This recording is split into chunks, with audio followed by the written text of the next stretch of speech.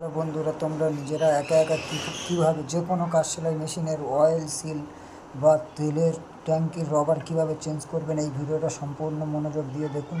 তাহলে একা একা নিজেরাই ঠিক করে নিতে পারবেন।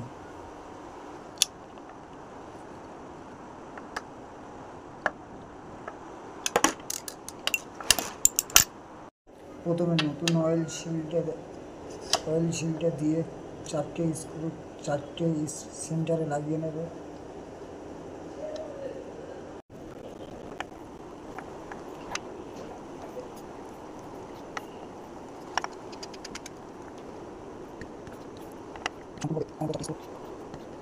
তারপরে এই রবারের চারদিকে ফেভিকুইক দিয়ে দেবেন।